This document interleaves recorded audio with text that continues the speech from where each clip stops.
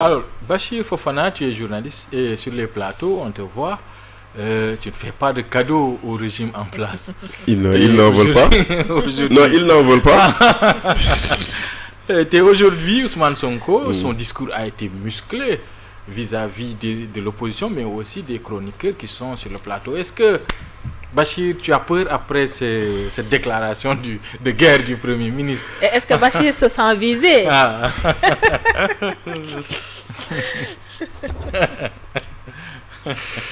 Ouais, bon, Bachir ne se sent pas visé, Bachir n'a pas peur. xam nga lu tax benn premier ministre moo ñu ne woon moom du seetaan télé yi du seetaan réseaux sociaux yi. kon tey jii bu demee ba di wax ci réseaux sociaux yi ba di wax ci chroniqueurs yi ak ñu nekk ci médias yi ça veut dire kon mu ngi leen di seetaan. loolu mooy benn. ñaareel bi ñooñu lu ñuy wax am na impact. moo tax mu kii fii parce que moi je pense même que le premier ministre s'est rabaissé à un niveau où il devrait pas être. Parce que le combat qui vaille dans ce pays-là, c'est le combat pour le développement, mais pas le combat de dagga santé. Gatsa économique lañ soxla, mais pas gatsa dagga santé. Et le premier ministre est dans le dagga santé. Les chroniqueurs qu'il dit là, les médias là, mais au moment où ces chroniqueurs-là parlent, il y a N fois plus de chroniqueurs qui parlent pour eux. Wala yéen gisoo leen ko wala gisoo leen loolu il y a des chaînes yoo xam ne bu ñu xëyee seen émission matin midi soir lu Sonko wax baax na lu Sonko def baax na gis nañ loolu wala gisuñu loolu. Donc pourquoi benn ñaar ñett yi di wax mu leen di déranger. Parce que en réalité la ñu bëgg mooy que tout le monde s'aligne ou que tout le monde s'aplatit. Te nag sénégalais nag il est jaloux de sa liberté. Le Sénégalais est jaloux de sa liberté. Moi je dis le tubaab ne nous a pas amené la démocratie. Yow xam nga ni nous dans nos bantambala c'est la démocratie. Dans nos penc c'est la démocratie. Pourquoi on a l'arbre à palabre dans nos sociétés anciennes? Parce que ku nekk am nga droit wax sa xalaat.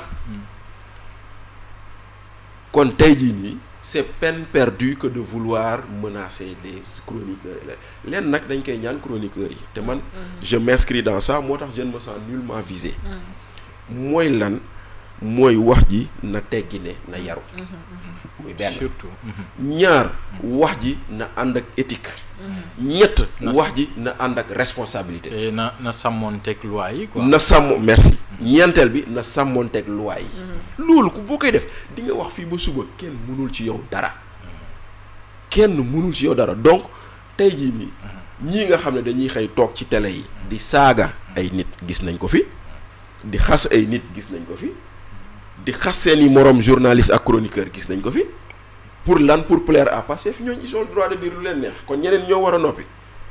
parce que maa ngi la koy wax sànq balaa ñuy commencer ñun suñu jamono on avait de la scrupule à parler d'un confrère. Par exemple il arrivait que par exemple sax ñu ñëw ñu ne par exemple journal L'Obs dafa bind ci Youssouf Sané. Youssouf Sané pour apporter le démenti mu ñëw ci journal Pop. mais dañ la naan non dellul fa nga fañ ko bindee. va à L'Obs mais ñun mënuñu jël sa démenti. parce que on n'avait pas écrit la première information. parce que lu tax dañ noo wegante woon. dañ doon toog nee naa la ñun nekk nañ ak rédaction je vais pas citer le nom de cette rédaction mais ñoom ñu am problème salaire ñëw ci ñun populaire pour ñu waxal leen ko. ñu xamal leen ni ñu ñoo leen ëpp arriéré mais waxuñu ko mais ñun on a de la peine à parler d'un groupe de presse. Donc c'est dire que y a beaucoup de choses qui ont changé dans les médias mais lu mënti doon daal moo di nii le premier ministre a autre chose à faire que de menacer des médias ou des chroniqueurs parce que daal dëkk bii nii comme nu nga ko waxee ñu ngi xaar un gatsa économique ñu ngi xaar un port qui fonctionne ñu ngi xaar une agriculture qui marche ñu ngi xaar une éducation qui fonctionne ñu ngi xaar des sénégalais yoo xam ne bu ñu feebaree am fu ñu fejoo am lu ñu fejoo ñu ngi xaar béykat bi gis boppam ci lu ñuy def ñu ngi xaar sénégalais yi am jën parce que dañ ñoo ne woon accord de pêche yi bu ñu ko supprimer jën day tuuru bañ koy maye. te gisuñu jën bu ñuy maye ba tey léegi loolu la ñuy xaar maintenant nekk fi naan ay benn ñaari yéen nu ngeen di wax waroo leen ko wax tolérance zéro et cetera xoola sonnal nit ñi la sonnal sa bopp la te doo ci am résultat on ne gagne pas une guerre contre la presse yàgg naa di ko wax. gis nga fii Abdoulaye Wade a tout fait pour museler la presse, il n'a pas pu. Macky Sall n'a pas réussi. Là où Wade et Macky n'ont pas réussi, Sonko n'y réussira pas. Et moom nee na c'est l'opposition qui est derrière pour la plupart de ces chroniqueurs là. Bon waaw d'accord, xëy na il a xam nga ku nekk rek li may wax toujours rek la nga defoon démb da ngay yaakaar ni ñëpp moom la ñuy def loolu rek la ndaxte ñoom ba ñu nekkee ci opposition dañoo amoon ñu leen doon waxal nañ waxante dëgg te la preuve ñi leen doon waxal ñëpp ñu ngi leen di fal tey ñu ngi leen di fal benn ci journalistes yoo xam ne doon toog naan non man peuple bi laa fi waxal alors que Pastef lañ doon waxal ñu ngi leen di fal benn et chroniqueurs yu ñu doon toog di naan non man sama xalaat la alors ñu ngi leen di fal benn kon tey jii xëy na ñoom la ñu defoon démb ba jot ci nguur gi la ñuy ragal keneen def mais de bonne guerre man lu ma wóor ba wóor moo di ni moi Bachir Fofana quand je parle pour moi et pour personne. Je ne réponds pas pour tout le monde sama bopp laa xam. Je suis chroniqueur à Ndoumbelane les vendredis lan laa am moo di ni à 18h wala à 16h je reçois un message sur les thèmes parce que man nee naa leen bëgguma wax ci lu ma xamul on me donne les thèmes je vais me préparer en fonction du thème je fais mes recherches pour xam lan laa ciy wax bu ma ñëwee toog mosuma toog wax bañ ne ma waxal lii wala waxal lale loolay benn. Je suis chroniqueur au journal Le Quotidien tous les samedis j'écris une page entière lu may wax toujours rek sama xalaat laa joxe sur une page et quand je la donne je permets à quelqu'un d'autre mu joxe xalaatam quand j'écris musuma bind ba ñu ne ma lu tax nga bind lii musuma bind ba ñu ne ma lu tax nga wax lii on peut nag ma corriger des fautes de français et tout parce que dégguñu tubaab mais bu jàllee loolu xaw ma keneen lu muy wax xaw ma keneen ku ñuy fay xaw ma kuñ dul fay xaw ma l'essentiel moo di ni man kenn mënul wax ni maa jox lii Bachir pour mu waxal ma lii. Et en parlant de Ndoumbelane et de Sen TV am na seen benn chroniqueur qui a maille à partir avec la justice tey. muy Abdou Nguer. Oui. Il y a aussi Simon.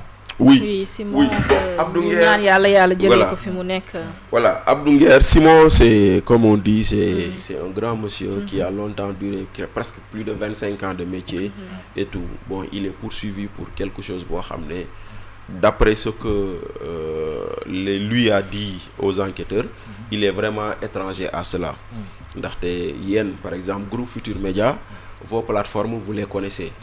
Xam ngeen ni IGFM la xam ngeen ni TFM la xam ngeen ni RFM la xam ngeen ni L'Obs la je sais pas s'il a une page Facebook ou pas mais si quelqu'un fait IGFM ñu nekk di def émission mu koy partager en direct ça ne vous regarde pas donc ça vous met il y a des communautés managers voilà donc aujourd'hui nee nañu un journal a repris quelque chose une plateforme web cette plateforme n'est pas une plateforme dans le groupe Futur Média xam nga dans le groupe des médias donc comme c'est pas dans le groupe des médias je ne voyais pas l'utilité de le maintenir en garde à vue et de le présenter au procureur mais j'espère simplement que lu mu wax foofu noonu dina doy procureur bi pour arrêter cette affaire et de classer cette affaire sans suite maintenant bu ñu wëyal seen enquête ci beneen côté pour xool qui est derrière là parce que y avait la page Zik FM l'officiel qui ne fait pas partie du groupe des médias ñoom lu ñu am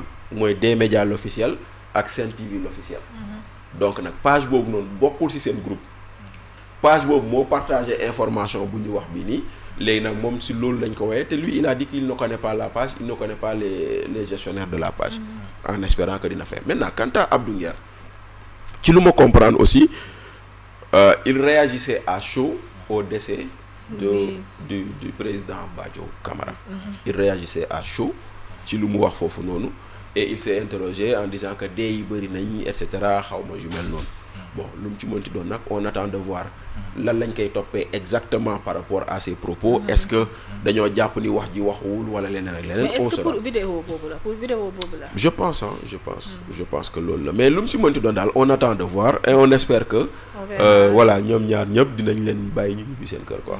Inch'Allah alors.